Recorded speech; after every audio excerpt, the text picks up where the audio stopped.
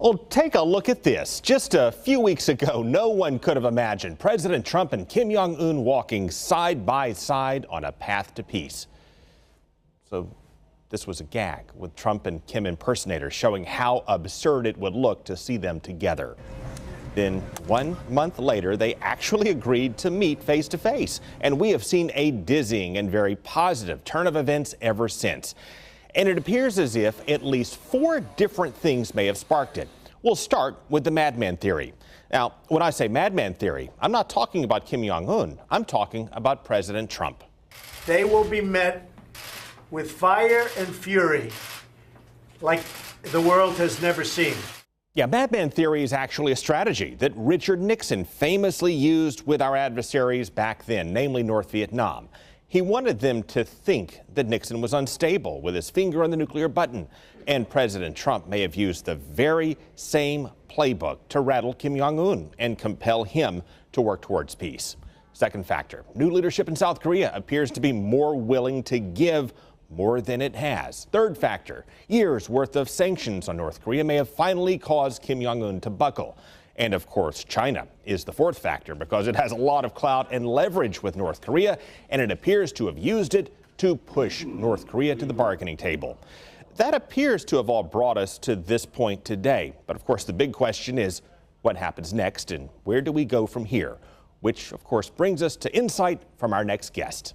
Well, please welcome E.J. Otero, former Director of Intel Operations at CENTCOM. You also are an expert on North Korea from your time at Pacific Command. Let's start with the petition, the nomination of President Trump to the Committee to Win a Nobel Prize. Is that premature? Well, it is a political decision from the congressional members, whatever they wanted to do. I think it would be a wonderful thing. Any president that gets that kind of recognition, it's terrific. What or who is most responsible for getting this apparent movement from North Korea from where it was just a few weeks ago to these offers of ending a war today? Pressure from China on Kim Jong-un. In essence, what Kim Jong-un has realized, and he has been told by his friends, that if he doesn't do this, he's going to go down in a very ugly way. When China told North Korea, if the United States attacks you, we're off the table. You're on your own.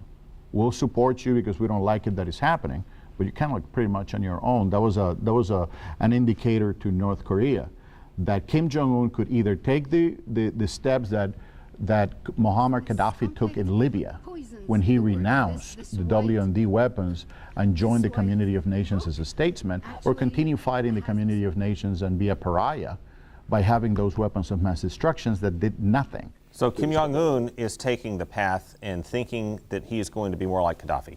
Absolutely. How did that end for Gaddafi?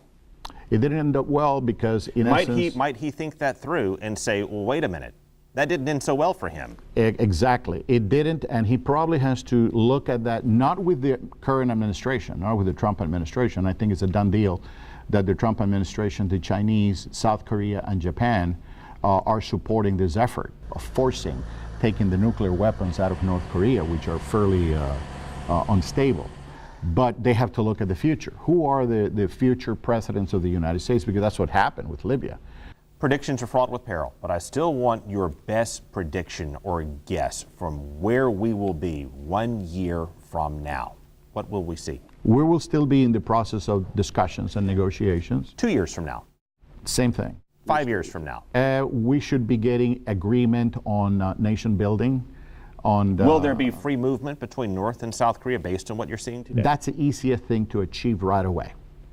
And Kim Jong-un already expressed that one of the things that he wants in the agreement is trade from South Korea. And you think nuclear weapons will be gone from the Korean Peninsula in, say, 3 years? If it's signed in the agreement and if it is accepted in the agreement by the experts, and I think it could be done. It's possible, as it is sucking up all the resources of North Korea. And even though they may have a couple of weapons or 5 or 10 weapons, it's not what they really want, and it is exhausting to the country.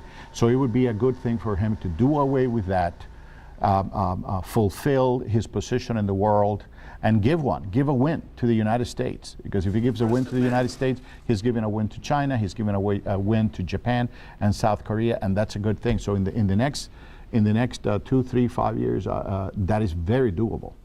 Colonel Otero, thank you so much for your time. Thank you all for joining us. We'll see you next week for another round of Money, Power, and Politics.